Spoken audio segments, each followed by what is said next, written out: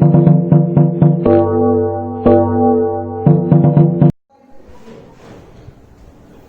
विद्यार्थी मित्रों, ધોરણ 9 ચેપ્ટર નંબર 14 છે નૈસર્ગિક સ્ત્રોત, બરોબર છે।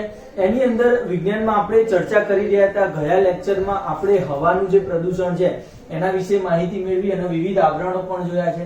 આજે આપણે પાણીનું પ્રદૂષણ અને પાણી વિશે માહિતી મેળવીએ છીએ, બરોબર છે। તો વાસ્તવમાં પાણી જે છે આપણું નૈસર્ગિક સ્ત્રોત તરીકે પાણી કેવો ભાગ ભજવે છે વિચાર કરો, બરોબર છે। તો પાણી એ જીવનની ખૂબ જ જરૂરિયાતમંદ વસ્તુ છે કોઈ પણ સજીવ માટે। વનસ્પતિથી માંડી અને અલગ અલગ પ્રાણીઓ સૂક્ષ્મજીવો છે એ પાણી વગર એમને ચાલે એમ નથી, બરોબર છે। પાણી ક્યાં ક્યાં ઉપયોગમાં આવે પછી જોઈએ, પણ પાણી પહેલા તો કેવા સ્વરૂપના જોવા મળે છે એવું વિચાર કરો। તો પાણી જે છે એક તો ક્યાં ક્યાં જોવા મળે, તો સમજો એક તો હવામાં સૌથી મોટો વિભાગ છે બાષ્પ સ્વરૂપે પાણી જોવા મળે છે, બરોબર છે। પછી અમુક ભાગનું પાણી છે એ નદી, સરોવર, તળાવ, પછી સરોવરો, સમુદ્રો, મહાસાગરો વગેરેમાં પાણી જોવા મળે છે। બીજું ભૂમિની અંદર હોય છે, જળ સ્તર જે કહે છે, નીચેના સ્તર છે ભૂમિના અંદરના, તો ત્યાં પાણી બહુ પૂરતી માત્રામાં જોવા મળે છે। આમ આખા શું કહેવાય પૃથ્વી ઉપર બહુ મોટા પ્રમાણનો પાણીનો ભાગ રહેલો છે, ખ્યાલ આવી ગયો? યસ, એમાં મોટા પ્રમાણનું પાણી છે એ મહાસાગરોમાં જોવા મળે છે, બરોબર છે। આ જગ્યાએ પાણીના સ્ત્રોત પણ અલગ અલગ જગ્યાએ અલગ અલગ પ્રકારનું પાણી જોવા મળે છે। મતલબ કે અમુક જગ્યાએ કેવું પાણી જોવા મળે? મીઠું પાણી જોવા મળે। અમુક જગ્યાએ કેવું પાણી જોવા મળે? ખારું પાણી જોવા મળે છે, બરોબર છે। મીઠું પાણી અને ખારું પાણી છે। મીઠા પાણીનો મતલબ શું હોય? તો આ પાણી છે એ વરસાદ દ્વારા પડી અને વિવિધ પોષક દ્રવ્યો યુક્ત પાણી હોય છે, બરોબર છે। અને પોષક દ્રવ્યો યુક્ત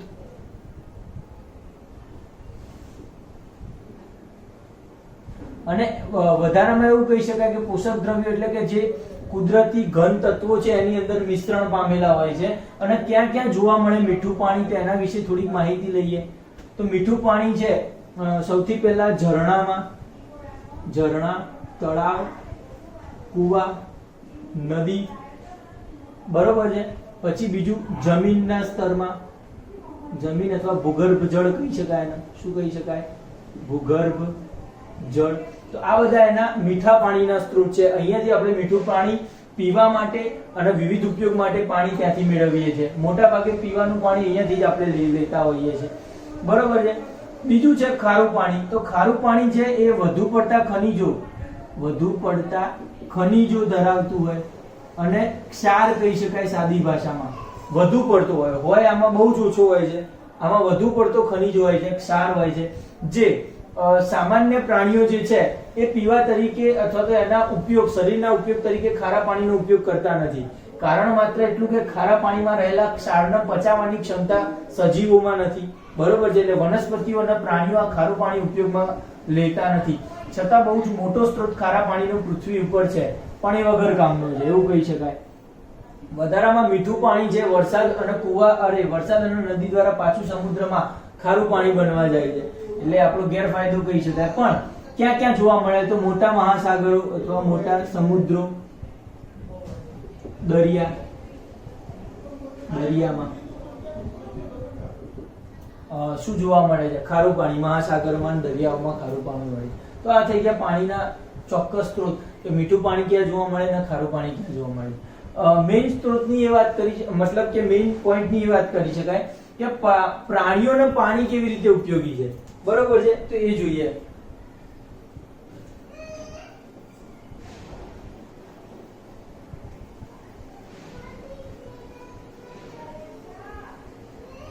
પ્રાણીઓ માટે પાણીની જરૂરિયાત, પ્રાણીઓ માટે પાણીની જરૂરિયાત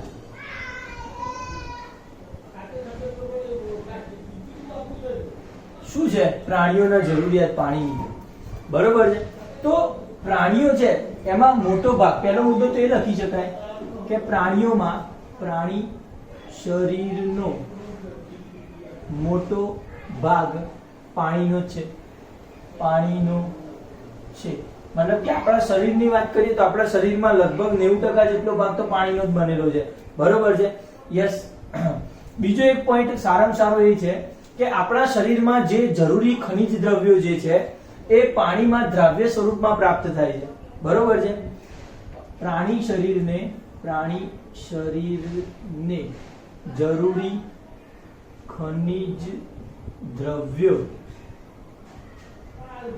પાણીમાં દ્રાવ્ય સ્વરૂપે પ્રાપ્ત થાય છે. મતલબ કે પાણીમાંથી પણ ખનિજ દ્રવ્યો મળવાના છે અને તમે ખોરાક તરીકે જે પોષક દ્રવ્યો લો છો, ખનિજ દ્રવ્યો શરીરમાં દાખલ કરો છો, તો એ ખનિજ દ્રવ્યો શરીરના જુદા જુદા ભાગમાં પાણી સ્વરૂપે જ ખનિજ દ્રવ્યો પાણીમાં શરીરમાં ઓગળી જાય છે અને પછી જુદા જુદા કોષો સુધી પહોંચે છે. મતલબ કે પાણીમાં દ્રાવ્ય થઈ અને એના સ્વરૂપે જ આપણા પ્રાણી શરીરને પ્રાપ્ત થશે ખનિજ દ્રવ્યો, બરોબર છે. તો એક સારો ટોપિક એ કહી શકાય. બીજું શું છે તો કે શરીરના એક ભાગમાંથી બીજા ભાગમાં જે ખનિજ દ્રવ્યોનું વહન છે પાણી દ્વારા થાય છે, બરોબર છે. યસ, શરીરના એક ભાગમાંથી બીજા ભાગમાં ખનિજ દ્રવ્યો નું વહન પાણી દ્વારા થાય. એક આ સારો ટોપિક છે. એક ભાગમાંથી બીજા ભાગમાં ખનિજ દ્રવ્યોનું વહન પાણી દ્વારા થાય. અને બીજું શું છે, ચોથો ટોપિક, કે જે શું કહેવાય, જમીન પર રહેતા પ્રાણીઓ આપણે બધા છે, દરિયાઈ સજીવો વગરના પ્રાણીઓ, મતલબ કે સ્થળજ પ્રાણીઓ કહેવાય. સ્થળજ પ્રાણીઓ કે જે સ્થળ અથવા જમીન ઉપર રહે છે, એ બધા દરિયાઈ જીવો વગરના. તો આ સ્થળજ જે પ્રાણીઓ છે, સ્થળ ઉપર રહે છે, તો એ શું કહેવાય, મીઠા પાણીની જરૂરિયાત વાળા પ્રાણીઓ છે, બરોબર છે. જે ખારા પાણીનો ઉપયોગ કરતા નથી, બરોબર છે. કેમ? કારણ કે ખારા પાણીમાં મોટા પ્રમાણમાં ક્ષાર અથવા તો ક્ષાર હોય છે અથવા ખનિજ દ્રવ્યો હોય છે, ક્ષાર હોય છે, જેનું પાચન પ્રાણી શરીર કરતું નથી, અથવા તો મોટા પ્રમાણમાં ક્ષાર હોય છે જે શું કહેવાય, પ્રાણી શરીર માટે બહુ ખરાબ બાબત છે. મતલબ કે એનું પાચન નથી કરી શકતું અથવા એને સહન નથી કરી શકતું ક્ષાર વાળું પાણી, બરોબર છે. યસ, એટલે આપણે એવું લખીએ કે પ્રાણી શરીર જે પ્રાણી શરીર સહન કરી શકતું નથી, બરોબર છે. તમારી રીતે લખી શકો. આ ચેપ્ટર ની અંદર બધા જ ક્વેશ્ચનો મૌલિક ક્વેશ્ચનો હશે. મતલબ કે તમે તમારો વિચાર આવે અને તમે તમારા રીતે શબ્દો ઉમેરી અને આ આખું ચેપ્ટરનો ટોપિક પૂરો કરી શકો છો, બરોબર. તમારે માત્ર નોલેજ હોવું જોઈએ આ બાબતનું, બાકી ભાષા તમારી આમાં ચાલે આ ચેપ્ટરમાં, બરોબર. એવું ચેપ્ટર છે આપણું. તો આ 4 પોઈન્ટ છે પ્રાણીઓના પાણીની જરૂરિયાત માટે. એક તો મોટો ભાગ પ્રાણી શરીરનો મોટો ભાગ પાણીનો બનેલો છે. એની અંદર જે ઓગળેલા ખનિજ દ્રવ્યો છે એ પાણીમાંથી પ્રાપ્ત થવાના છે. બીજું છે, એક ભાગમાંથી બીજા ભાગમાં ખનિજ દ્રવ્યોનું વહન પણ પાણી દ્વારા થાય છે. અને સ્થળજ પ્રાણીઓ જે મીઠા પાણીનો ઉપયોગ કરે છે, ખારા પાણીનો ઉપયોગ કરતા નથી. કારણ એ છે કે એ પ્રાણીઓનું શરીર સહન નથી કરી શકતું. આ તો થઈ ગઈ પ્રાણીઓ માટે જરૂરિયાત. ખાલી જો ક્વેશ્ચન પૂછાય કે પાણીની જરૂરિયાત, શું પૂછાય? પાણીની જરૂરિયાત. આ તો મેં શું ક્વેશ્ચન હતો? પ્રાણીઓ માટે પાણીની જરૂરિયાત. ખાલી પાણીની જરૂરિયાત હોય તો તમારે વનસ્પતિનો એક ટોપિક લખવો પડે. મને ખબર, વનસ્પતિનો ટોપિક તમે શું ઉમેરી શકો? તો વનસ્પતિઓમાં પણ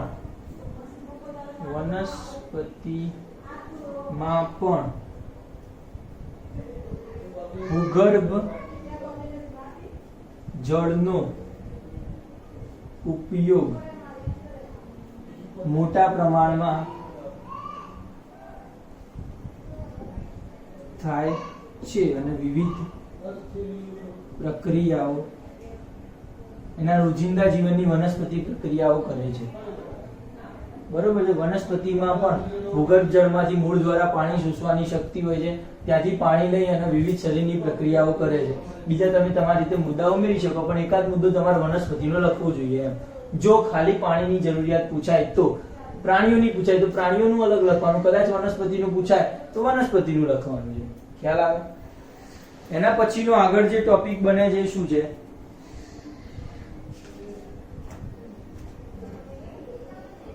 આનું પ્રદૂષણ કેવી રીતે થાય છે? બરોબર, પાણીનું પ્રદૂષણ કેમનું થશે?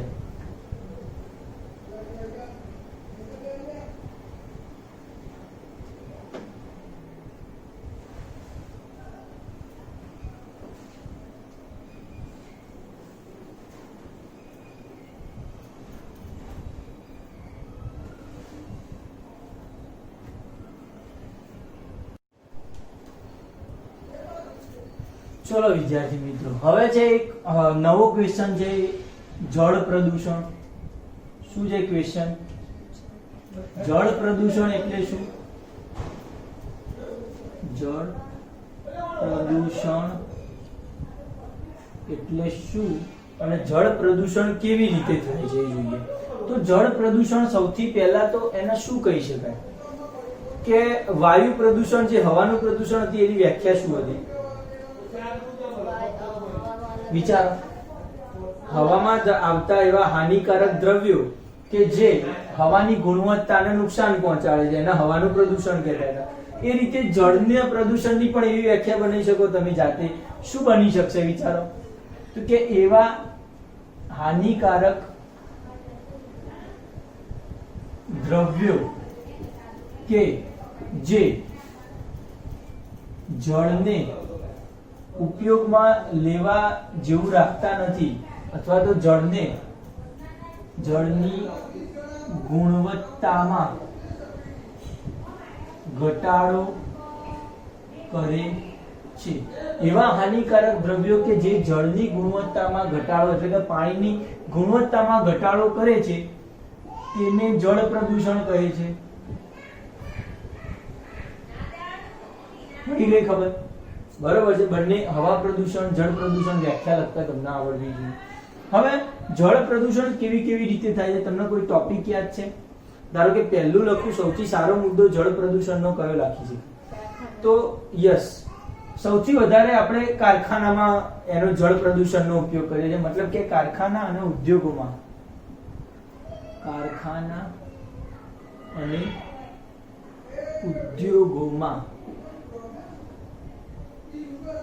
વપરાતું વિવિધ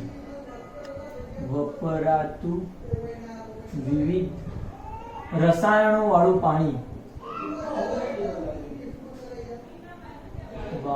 પાણી નદીમાં ઠાલવવામાં આવે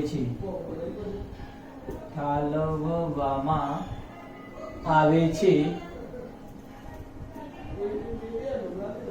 જે જળ પ્રદૂષણ કરે છે. ચલો, એક મુદ્દા નંબર 2. બીજું શું? તો આપણે જે ગટર લાઈન જે છે અથવા સુએજ કચરો છે એની લાઈનો આપણે નદી સાથે જોડી દઈએ છીએ તો એનાથી પણ બેક્ટેરિયા યુક્ત અથવા તો ખરાબ પાણી જે નદીમાં ભળે છે. બરોબર છે? મતલબ કે શહેર કે નગરનું ગટર, કેનાલ અને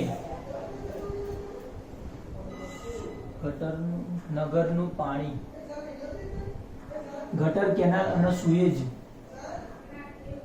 કચરા દ્વારા નદી, જળાશયોમાં ઠાલવવામાં આવે છે.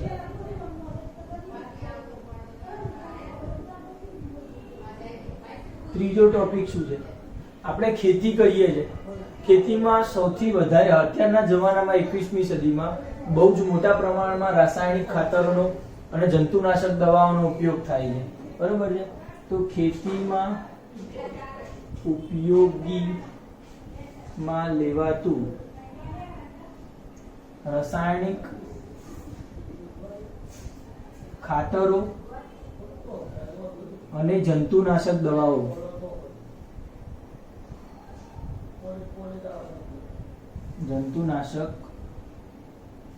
દવાઓ યુક્ત પાણી વરસાદના પાણી સાથે વહી નદી જળાશયોમાં આવે છે.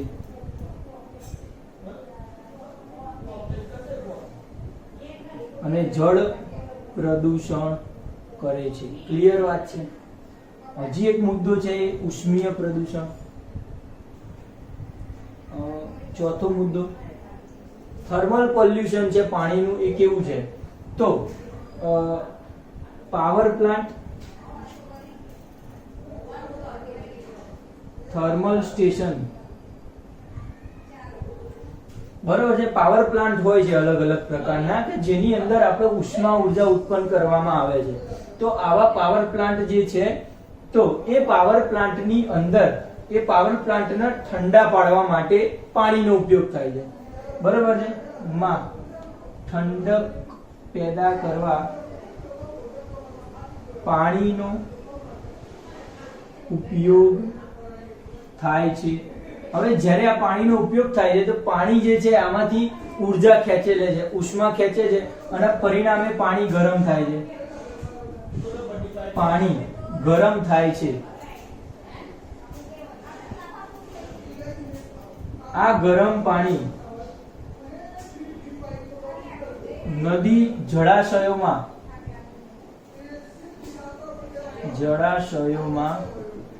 ઠાલવતા, જ્યારે આ પાણીને નદી અને જળાશયોમાં ઠાલવશું ત્યારે એની અંદર ઉષ્મીય પ્રદૂષણ થાય. આ રીતે આપણે સૌથી મોટા પ્રમાણમાં જળ પ્રદૂષણ કરીએ. 4 મુદ્દા લખવાના છે. ફાવશે 100%. ચારે 4 મુદ્દા તમારે લખવાના છે. પહેલું જે કારખાના વાળું ટોપિક છે, બરોબર છે. પહેલો કારખાના અને ઉદ્યોગનું પાણી છે. બીજું ગટરનું પાણી છે અથવા સુએજ કચરો છે. ત્રીજું છે રાસાયણિક ખાતરો અને જંતુનાશક દવાઓ યુક્ત પાણી. અને ચોથું છે થર્મલ સ્ટેશન વાળું પાણી. ક્લિયર વાત છે. 4 પાણી યાદ આવવા જોઈએ જે જળ પ્રદૂષણ કરવા પ્રેરે છે. બરોબર છે. આગળનો ટોપિક કે એની અસરો શું થાય. બરોબર છે. જળ પ્રદૂષણથી જે નુકસાન થાય છે અથવા એની જે અસર થાય છે એ આપણે જોઈએ. તો શું શું નુકસાન થાય છે? વિચાર આવે કઈ જળ પ્રદૂષણથી? સ્વાસ્થ્ય બગડે છે. ચલો, મતલબ કે ફર્સ્ટ મુદ્દો આપણે એ લખીએ, જળ પ્રદૂષણ નુકસાન અથવા તેની અસરો. શું અસર કરશે જળ પ્રદૂષણ આપણને? તો પહેલો મુદ્દો આ લખી શકાય જળ પ્રદૂષણનો અસરનો કે ખાતર અને જંતુનાશક યુક્ત પાણી, પછી ગટર અથવા સુએજ કચરાયુક્ત પાણી,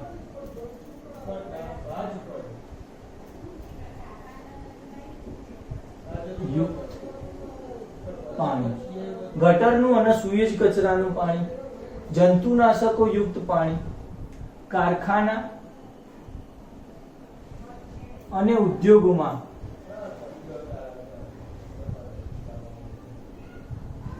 ઉપયોગમાં લેવાતું પાણી,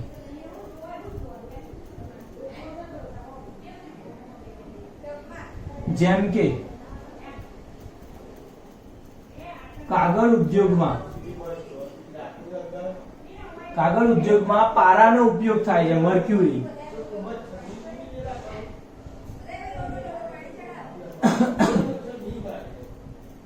નો ઉપયોગમાં લેવાતા પાણી, મતલબ કે જેમ કે કાગળ ઉદ્યોગમાં મર્ક્યુરી યુક્ત પાણી જળ પ્રદૂષણ કરે છે. તેમજ આ ગટર અથવા સુએજ કચરામાં રહેલું પાણી છે જેમાં અને ટાઇફોઇડ, કમળા જેવા બેક્ટેરિયા અને વાયરસ ફેલાવે છે યુક્ત પાણી, કારણ કે આપણે શું ગટર એટલે મળમૂત્ર વાળું પાણી હોય તો એ વિવિધ બેક્ટેરિયા યુક્ત થાય છે જે જળ સૃષ્ટિને નુકસાન પહોંચાડે છે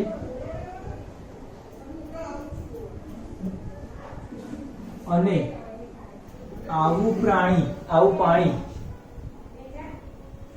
પ્રાણીઓ ઉપયોગમાં લે તો તેમની સ્વાસ્થ્ય જોખમાય છે. ક્લિયર છે? મારી ભાષામાં લખી નાખ્યું છે, પડે 100%. યસ, આટલો છે.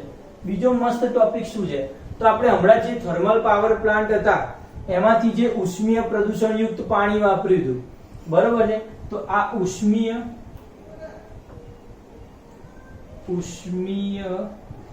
પ્રદૂષિત પાણી જે હતું કે જે ગરમ પાણી હતું જે નદીમાં ઠાલવવામાં આવે છે એ જળાશયોમાં રહેલા જીવો નો નાશ કરે છે, બરોબર? પાણીમાં રહેલા ઈંડા અને ડીંબ યાદ આવે, બરોબર છે? ઈંડા પછીની જે પરિસ્થિતિ છે એ તો આવા નાના નાના પ્રાણીઓના જે નાના નાના બચ્ચાઓ કહી શકાય તો એ ગરમ પાણી સામે ઉષ્મીય પાણી સામે ટકી શકતા નથી. તો આવા તો ઘણા બધા કરોડો પ્રાણીઓ મૃત્યુ પામવાના છે, બરોબર છે? કે જે હજી ઉત્પન્ન જ નથી થયા એવા પ્રાણીઓ મરી જશે, બરોબર છે? તો એક બહુ મોટું નુકસાન છે. બીજું ત્રીજો ટોપિક એ છે તો પાણીમાં જૈવ વિઘટનીય કચરો, ધારો કે સુએજ કચરાની સાથે જૈવ વિઘટનીય કચરો નાખવામાં આવ્યો કે જેનું વિઘટન શક્ય હતું, જેમ કે વિવિધ ખોરાકો, ફળ ફળાદી વગેરે. વધારામાં તમે શું નાખો છો? પેલું એક મુદ્દો આપણો રહી ગયો જે જળ પ્રદૂષણ છે એમાં કે આપણે જે મૂર્તિઓ અથવા તો જે પૂજાની સામગ્રી પધરાઈએ છે એ પણ જળ પ્રદૂષણ કરે છે, તો એ મુદ્દો તમે એમાં લખી શકો છો વધારાનો. બીજું છે કે પાણીમાં જે જૈવ વિઘટનીય કચરો છે તે પોતાના વિઘટન માટે એટલે પાણીમાં વિવિધ બેક્ટેરિયાનો ઉપયોગ કરે છે, પોતાના વિઘટન માટે પાણીમાં ઓગળેલો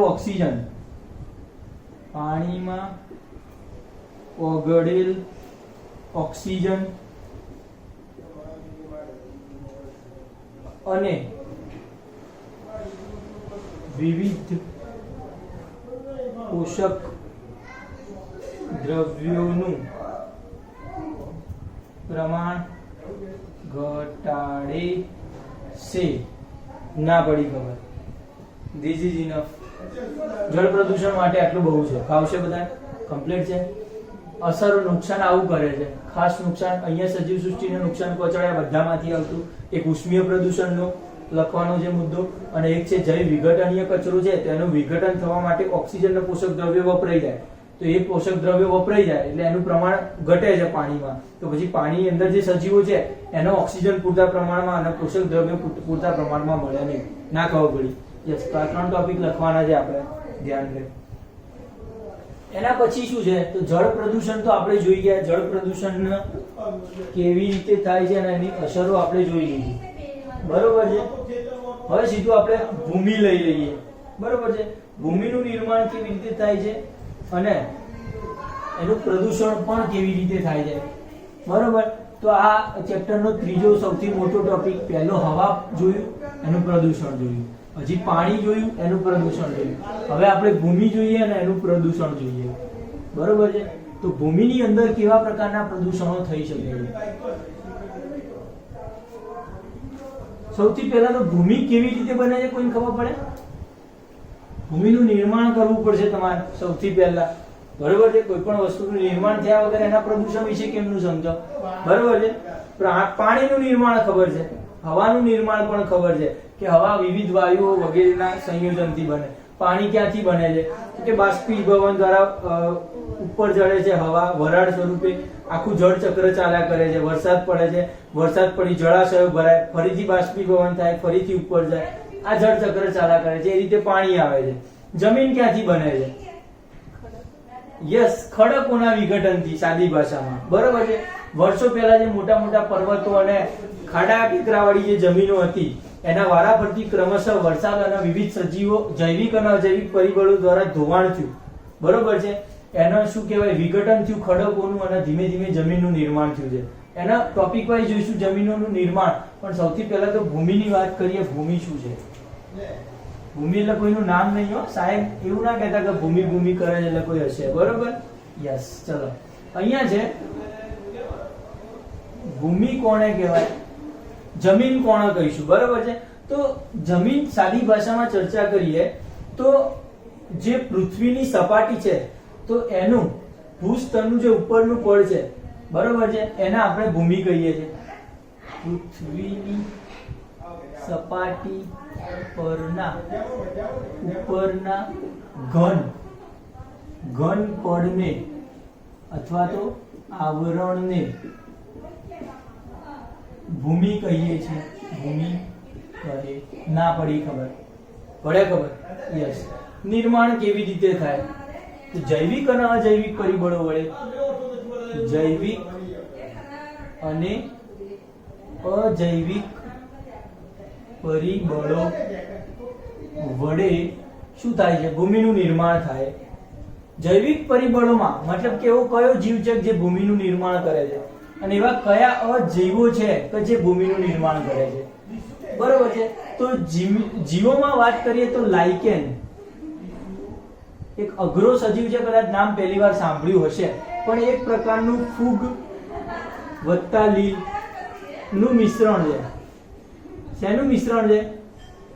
ફૂગ અને લીલનું એક મિશ્રણ છે. મતલબ કે ઘણી વખતે તમે જોયું હશે કે કોઈ મોટા મોટા ખડકો, પથ્થરો જે હોય છે પર્વતીય અથવા તટીય પ્રદેશોમાં, તો એની ઉપર એક લીલા રંગની આખી જાજમ બાજેલી જોવા મળે છે, બરોબર. લીલ હોય પણ એકદમ સૂકી પ્રકારની જેવી લીલ હોય, જાણે આમ નાની વનસ્પતિ ઉગી હોય એવું તમને લાગે, તો એના આપણે લાઇકેન કહીએ છીએ. ક્લિયર વાત છે? તો આ લાઇકેન છે જે ભૂમિના નિર્માણમાં મહત્વનો ભાગ ભજવે છે. અને બીજું છે લાઇકેન દ્વારા જે નાનું પાતળું પટ બને છે એની અંદર શેવાળ અને વિવિધ વનસ્પતિ ઉગે છે, અને વનસ્પતિ દ્વારા ખડકો તૂટે છે. મતલબ કે કોઈ નાના નાના ઝાડ થોડીક જગ્યા મળે એટલે ત્યાં ઉગી જાય, પછી એના જે મૂળ જે છે એ મૂળનો જેમ જેમ વિકાસ થાય એમ એમ પથ્થરો અને ખડકોને તોડે, બરોબર છે, અને ભૂમિનું નિર્માણ કરે છે. બીજું છે અહીંયા અજૈવિક પરિબળો કે જેમાં જીવ નથી અને કેવી રીતે કામ કરે છે. તો એમાં આવે છે પહેલું પાણી, પછી સૂર્યપ્રકાશ, અને બીજું છે પવન. આ ત્રણ પરિબળો મુખ્ય અજૈવિક પરિબળો કે જે ભૂમિને તોડે છે. તો આપણે વારાફરતી 4 ટોપિકમાં જોઈશું. પહેલો સૂર્યપ્રકાશ લઈશું, પાણી લઈશું, પવન લઈશું અને લાઇકેન લઈશું. 4 ટોપિકમાં જોઈએ કે ભૂમિનું નિર્માણ કેવી રીતે થાય છે. શોર્ટ ક્વેશ્ચનમાં પૂછાય કે ભૂમિ એટલે શું અને એના નિર્માણમાં કયા પરિબળો ભાગ ભજવે છે, તો તમારે આટલું લખવાનું, બરોબર છે. જો એવું પૂછાય કે ભૂમિનું નિર્માણ કેવી રીતે થાય છે, તો તમારે આખો ટોપિક લખવો પડે જે હું હવે લખું છું, બરોબર. હવે શું છે?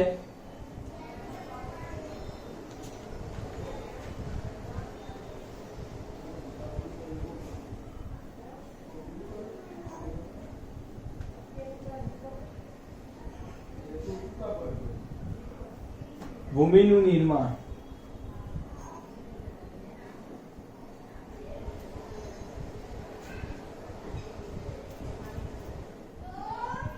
શું લખી શકાય? ભૂમિનું નિર્માણ જૈવિક અને અજૈવિક પરિબળો દ્વારા થાય છે. જૈવિક અને અજૈવિક પરિબળો દ્વારા થાય છે.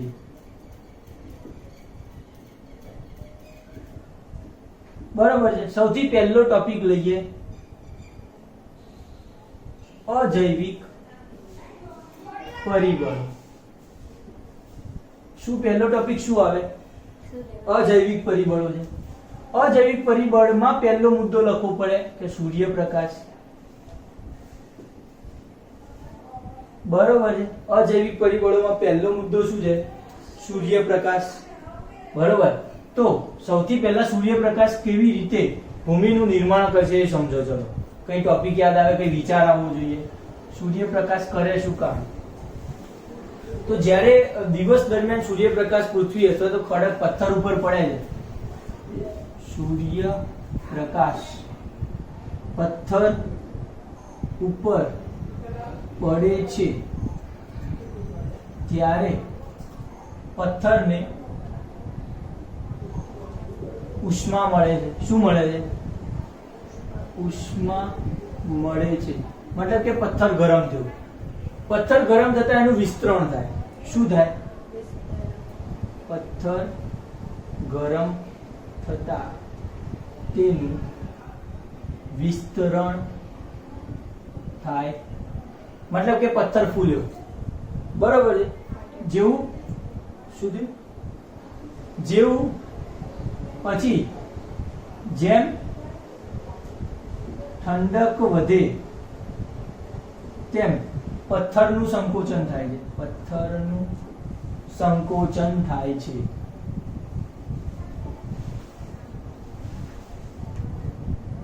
પથ્થર વિસ્તરણ પામ્યો અને પછી શું થયું? સંકોચન થયું. કોના કારણે? સૂર્યપ્રકાશના કારણે. હવે શું થશે? તો આ જે વિસ્તરણ અને સંકોચન છે એ પથ્થરના દરેક ભાગમાં સરખા પ્રમાણમાં થતું નથી. જ્યાં સૌથી સામેની સાઈડ જે સૂર્યપ્રકાશ આવતો હોય ત્યાં વિસ્તરણ વધારે થાય, જ્યાં ના આવતો હોય ત્યાં ઓછું વિસ્તરણ થાય. બરોબર છે. એટલે કે પથ્થર સરખા પ્રમાણમાં વિસ્તરણ કે સંકોચન પામતો નથી અને પરિણામે પથ્થરમાં શું થાય?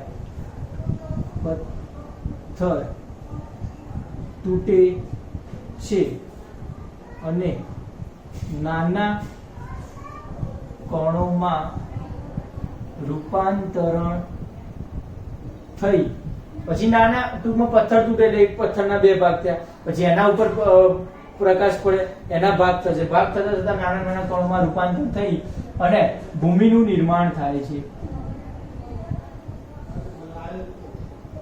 સાદી ભાષામાં કહું તો આ કઈ એકાદ વર્ષની ઘટના નથી. બરોબર. પથ્થર તૂટવાની એમાંથી કરોડો વર્ષો દરમિયાન આ ઘટના બને છે અને ભૂમિનું નિર્માણ થતું હોય છે. પહેલો મુદ્દો સૂર્યપ્રકાશનો હતો. બીજો મુદ્દો શું છે? બીજો મુદ્દો લઈએ આપણે પવન. પવન દ્વારા કેવી રીતે થતું હોય વિચારી લો. પવન દ્વારા કેવી રીતે ભૂમિનું નિર્માણ થતું હોય? તો જ્યારે તીવ્ર પવન પથ્થરને અથડાય છે ત્યારે તેનું વિભાજન કરે છે અને નાના નાના કણોમાં રૂપાંતરણ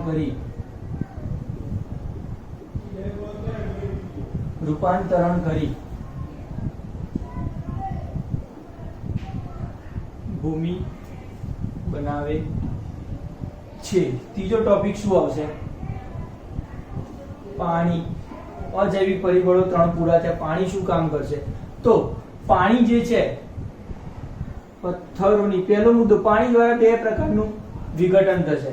પહેલો મુદ્દો છે પાણી જે છે એ પથ્થરોની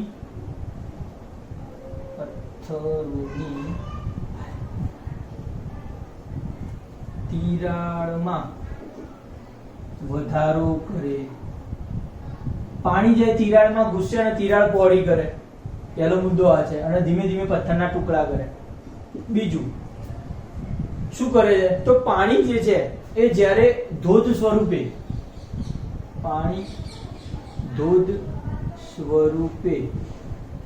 પડે ત્યારે પથ્થરો તૂટે. ઊંચાઈથી પડશે પાણી ત્યારે પથ્થરો તૂટશે. પછી શું થશે? તો કે પાણી ઝડપથી વહે ત્યારે તેની સાથે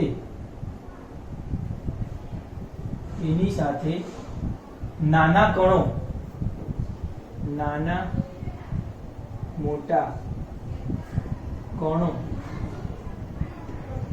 સાથે જાય છે અને મોટા પથ્થર સાથે ઘસાય છે અને ભૂમિનું નિર્માણ કરે છે. નાના નાના કણોમાં રૂપાંતરણ થશે, પછી ભૂમિનું નિર્માણ થશે. મેં શોર્ટમાં લખ્યું છે, એક બે મુદ્દા તમારે વધારામાં ઉમેરતા રહેવાનું, બરોબર છે. આ રીતે પાણી દ્વારા ભૂમિનું નિર્માણ થશે. પછી તમે બીજો મુદ્દો લખી શકો. આ શું છે? આ એક ટોપિક હતો, આ બીજો ટોપિક હતો, આ ત્રીજો ટોપિક હતો, અને આ મેઇન બીજો પોઈન્ટ આવ્યો જૈવિક પરિબળ. જૈવિક પરિબળમાં પહેલો મુદ્દો શું લખી શકાય? લાઇકેન. અહીંયા લખું લાઇકેન, બરોબર છે. WWE નો કેન નથી, હો. યસ. લાઇકેન શું કામ કરે છે? તો લાઇકેન એક પ્રકારની ફૂગ, લાઇકેન એક પ્રકારની ફૂગ અને લીલનું સ્વરૂપ છે, જે પથ્થર પર એક પાતળું પડ બનાવે છે. એક પાતળું પડ બનાવે છે અને પથ્થરને પાતળા પાવડર સ્વરૂપમાં ફેરવે. બરોબર. પથ્થર જે છે એની ઉપર જ એક નાના નાના કણોમાં રૂપાંતર કરે સપાટીને. નીચે તો પથ્થર જ છે, ઉપર સપાટી પર નાના નાના પાવડર જમા થઈ જાય. એ પાવડર જેવા પડ ઉપર શું છે? શેવાળ જેવી વનસ્પતિ ઉગે છે. આ સ્તર પર શેવાળ જેવી વનસ્પતિ ઉગે છે અને પથ્થર અને તેના મૂળ દ્વારા શેવાળ જેવી વનસ્પતિ ઉગે છે અને બીજી અનેક વનસ્પતિના મૂળ દ્વારા પથ્થરનું વિઘટન થાય છે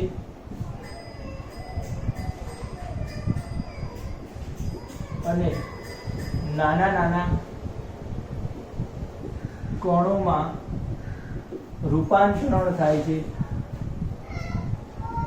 થઈ ભૂમિનું નિર્માણ થાય છે. ના ખબર પડી. આ ક્વેશ્ચન કદાચ પૂછાય એવું છે, ધ્યાન દે. બરોબર છે. આ ક્વેશ્ચન આખો ક્યાંય પોઈન્ટમાં પણ ભૂલ કર્યા વગર તમારે લખવો જોઈએ. બરોબર છે. ભૂમિનું નિર્માણ થવું જોઈએ તમને. આગળનો બીજો એક ક્વેશ્ચન બને, શું બને છે કે જે આપણી ભૂમિ જે છે એનું બંધારણ કેવું જોવા મળે છે. આ તો ભૂમિનું નિર્માણ થઈ ગયું, પણ અલગ અલગ જગ્યાએથી જેવા ખડકો તૂટ્યા હોય એવું એનું બંધારણ હોય. મતલબ કે ભૂમિનું જે બંધારણ છે એ કોના ઉપર આધાર રાખશે? પથ્થર ઉપર આધાર રાખશે કે કેવા પ્રકારના પથ્થરોનું વિઘટન થઈ અને એ ભૂમિનું નિર્માણ થયું છે, અને એના ઉપરથી ભૂમિનું જે બંધારણ છે એ નક્કી થાય છે. બરોબર છે. તમે અગાઉના ધોરણમાં જે ભૂમિ જે છે એના અલગ અલગ સ્વરૂપો જોયા છે. અલગ અલગ પ્રકારની જમીન જોવા મળે છે. ઉદાહરણ તરીકે આપણે કહીએ તો રેતાળ જમીન જોવા મળે, કાંપાળ જમીન જોવા મળે છે, માટીયાળ જમીન જોવા મળે. તો આ બધી જે જમીનોના પ્રકાર છે, પ્રકાર કેવી રીતે બનાવે છે? તો વાસ્તવમાં અલગ અલગ પ્રકારના ખડકોનું વિઘટન થાય અને અલગ અલગ પ્રકારની જમીન બનતી હોય. બરોબર છે. તો એ જ ટોપિક આપણે ભણવાના છે, ભૂમિનું બંધારણ. મુદ્દા લખીશ, ખાલી થિયરી તમારે જાતે બનાવવાની છે. ભૂમિનું બંધારણ કેવી રીતે તૈયાર થાય છે? તો વિવિધ પરિબળો ભેગા થઈ ભૂમિનું બંધારણ રચે છે. જેમ કે કયા કયા છે પરિબળો? પહેલું લખીએ, સૂક્ષ્મ જીવો આવે ભૂમિના બંધારણમાં. સૂક્ષ્મ જીવો જેમ કે અળસિયું, બરોબર છે. બીજું શું આવે? તો માટી, કામ, રેતી દ્વારા ભૂમિનું બંધારણ નક્કી થાય. શું આવે બીજું? પોષક દ્રવ્યો, ખનિજ દ્રવ્યો, ખનિજ તત્વો, પોષક દ્રવ્યો અને ખનિજ તત્વો. બીજું હોય હ્યુમસ.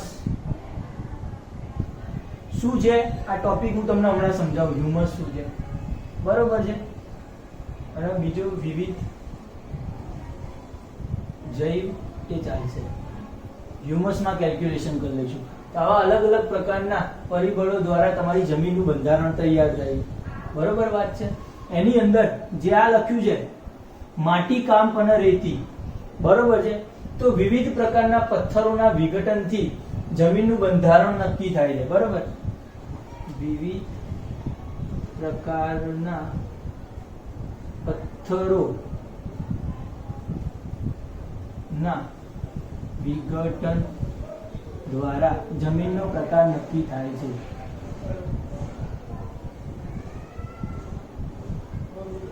મતલબ એમ કે કોઈ કાંપવાળી જમીન હોય અથવા તો મજબૂત પથ્થરો હોય, એનું વિઘટન થઈને બન્યું હોય તો એ બધી કાંપાળ જમીન બનશે. અથવા તો છેલ્લે જે શું કહેવાય, નદી દ્વારા જે કાંપ ઘસડીને આવે ક્યાં હોય તો કે પર્વતોના જે પથ્થરો છે એનો જ્યારે ઘસારો થઈ અને એમાંથી કાંપ બનતો હોય છે ને નદી દ્વારા વહીને મોટા કાંપના મેદાન બનાવે છે. રેતી દ્વારા મતલબ કે વર્ષો પહેલા જે દરિયાઈ પાણી જે છે એના સુકાવાથી તો એના અથવા તો એનું પરિવર્તન થવાથી જે ભૂમિનું બંધારણ તૈયાર થાય છે, બરોબર છે. તો એ રેતિયાળ બને છે. માટી કેવી રીતે બને છે? તો અલગ પ્રકારના બીજા શું કહેવાય પથ્થરોનો અથવા તો પોચા પથ્થરોને તોડીને, બરોબર છે. મતલબ કે બે પથ્થરો હોય તેમની વચ્ચે જગ્યા વચ્ચે જે બીજો જે પદાર્થ ભરાઈ રહ્યો હોય, સેન્દ્રિય પદાર્થો વધારે પડતા, તે બધાનું વિઘટન થઈ અને માટી બનાવે છે. આ રીતે અલગ અલગ પથ્થરોનું વિઘટન થાય, અલગ અલગ જમીનના પ્રકાર નક્કી થાય. મેઇન હ્યુમસ નો ટોપિક જોઈએ તો આ હ્યુમસ શું છે, બરોબર છે. આ હને જોઈન કરી દેજો ય જોડે, ક્લિયર. તો હ્યુમસ છે. યસ, થોડું બોડું જે કહેતા હોય હ્યુમસ. હવે આ છે શું? તો વાસ્તવમાં કાર્બનિક કચરો છે કે જે વિઘટન પામેલો હોય, તો જમીનમાં રહેલો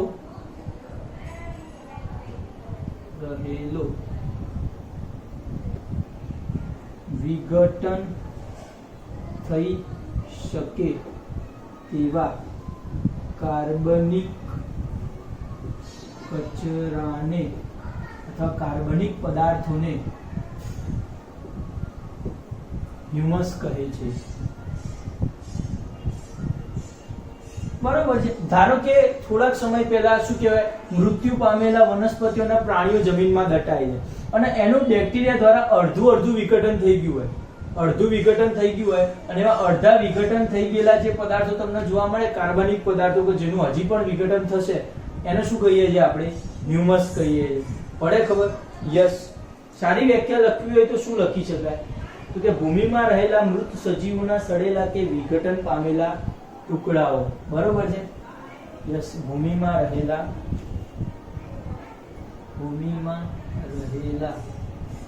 સડેલા કે વિઘટન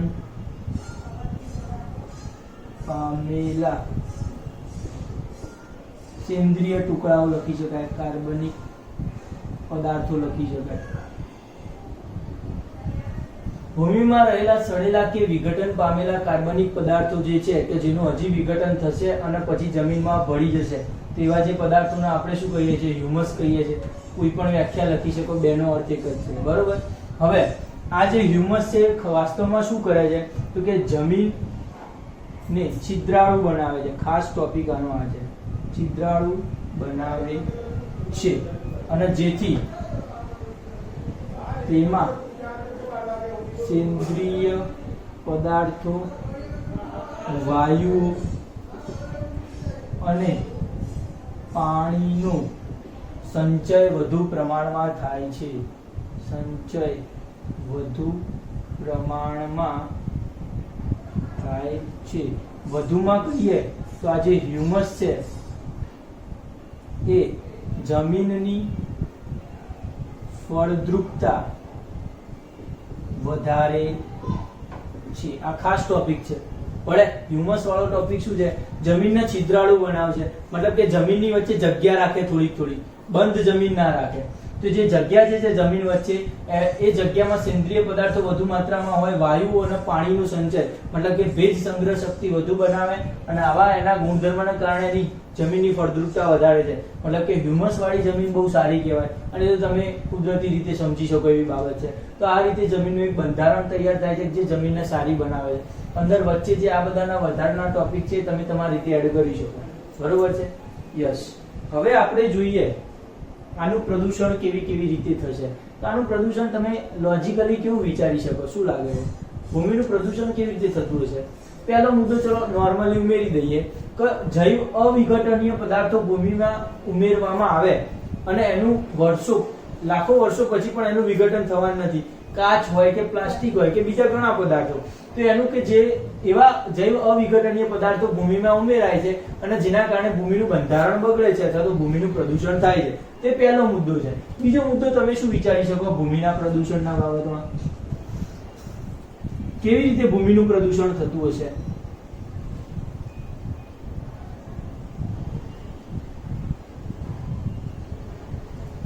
જલ્દી. બીજું તમે એવી કઈ પ્રવૃત્તિ, એવું કઈ કૃત્ય કરો છો કે જે નૈસર્ગિક સંસાધન મતલબ કે ભૂમિને નુકસાન પહોંચાડે છે અને કરો છો તો કયું છે એ? જલ્દી. ભૂમિનું પ્રદૂષણ પહેલો મુદ્દો કયો કીધો મેં? અજૈવિક પરિબળો.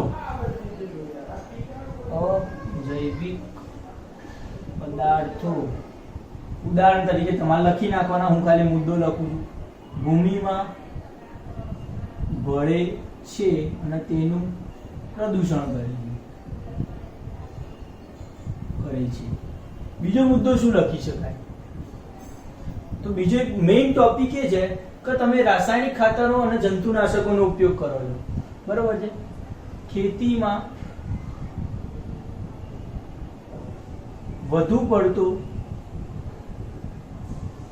રાસાયણિક ખાતરો અને જંતુનાશક દવાનો ઉપયોગ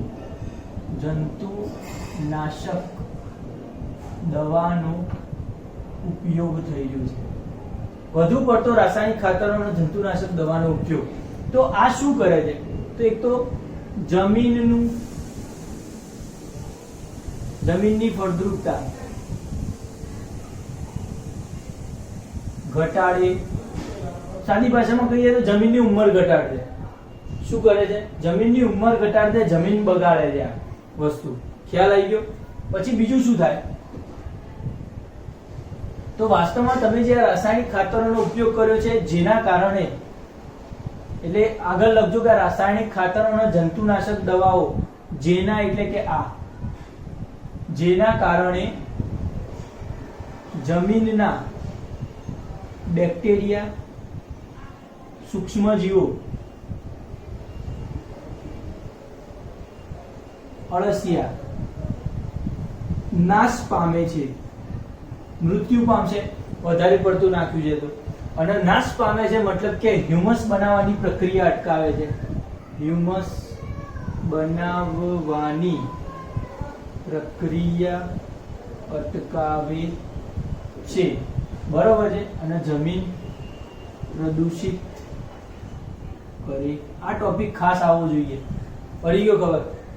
ત્રીજો ટોપિક શું કરો છો? ભૂમિનું પ્રદૂષણ મતલબ કે ભૂમિનો ઉપયોગ વિહીન તમે કેવી રીતે બનાવી રહ્યો છો? તો તમે એક તો ઝાડ કાપી દો છો. ઝાડ કાપો અને ટકાઉ ખેતી ના કરો. શું કરો? ટકાઉ ખેતી ન કરવામાં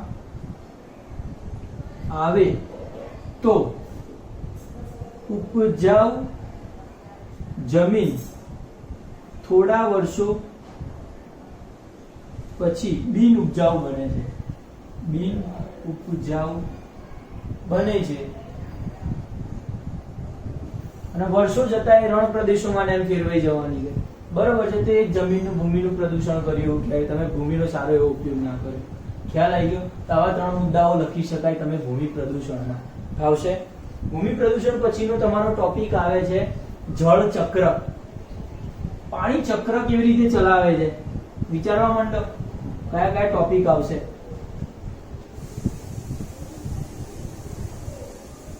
શરૂઆત ક્યાંથી થાય? શરૂઆત થાય બાષ્પીભવનથી. ક્યાંથી થાય? બાષ્પીભવનથી.